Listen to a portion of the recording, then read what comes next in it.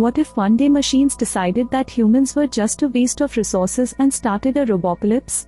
What if one day machines decided that humans were just a waste of resources and started a robocalypse? Imagine the total revolt of every automated device you use. Your self-driving car refused to give you a lift. Your iPhone X ignored your attempts to unlock it with your face. How bad would this rise of the machines be? After robots take over, would there be any place for humans? Some robots can teach themselves chess in the matter of hours. Others run hotels and assist surgeons in the operating room. And hey, look around you. We let robotic cleaners vacuum our floors, leave it up to litter robots to take care of our pets, and trust Amazon Echo and Google Home to wake us up in the morning. What if one day all our devices decided that humans were redundant and turned against us? Could we survive this automated disaster? Already picturing a Terminator-like scenario? Don't give up so fast. There are many ways for you to survive a robot apocalypse. Why not just shut the door behind you? Despite the fact that robots are mastering math, a closed door is an obstacle they can't overcome yet.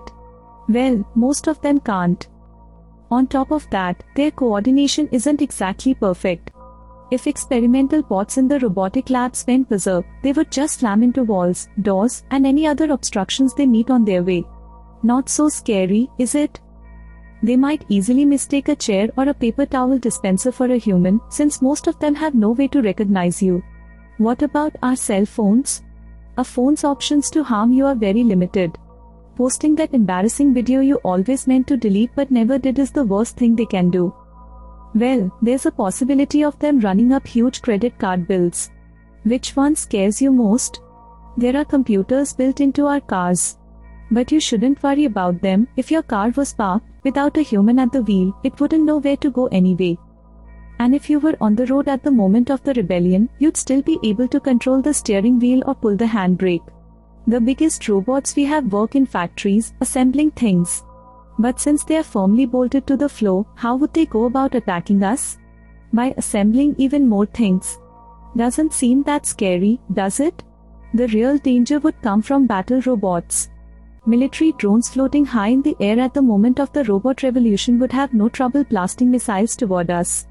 Luckily, it wouldn't take long till they ran out of fuel and simply fell from the sky. An automated army of battlebots armed with machine guns could cause major damage, though. But to thwart their attack, you just need to pour water on them. Should we be afraid of nuclear weapons? Computers are involved in every step of launching the nukes. But they wouldn't be able to complete the task without humans turning the keys. Even if they managed to trick us into launching nuclear bombs by feeding us false information, the robots themselves would suffer from nuclear fallout just like us. Nuclear explosions create a burst of electromagnetic radiation, electromagnetic pulse, or EMP. It would damage the delicate electronic circuits of the robots and put an end to the robocalypse.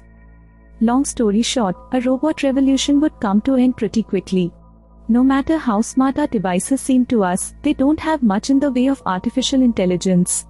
They are specifically designed to focus on a narrow task and are, luckily, incapable of destroying humanity. But that doesn't mean that Stephen Hawking and Elon Musk were wrong to warn us about a future super-intelligent AI takeover. We may be decades away from conscious machines living among us. But when we manage to create machines that are smarter and more efficient than us, our scenario will be very, very different. What do you think? Would you give a self-driving car a total control of your drive to work tomorrow?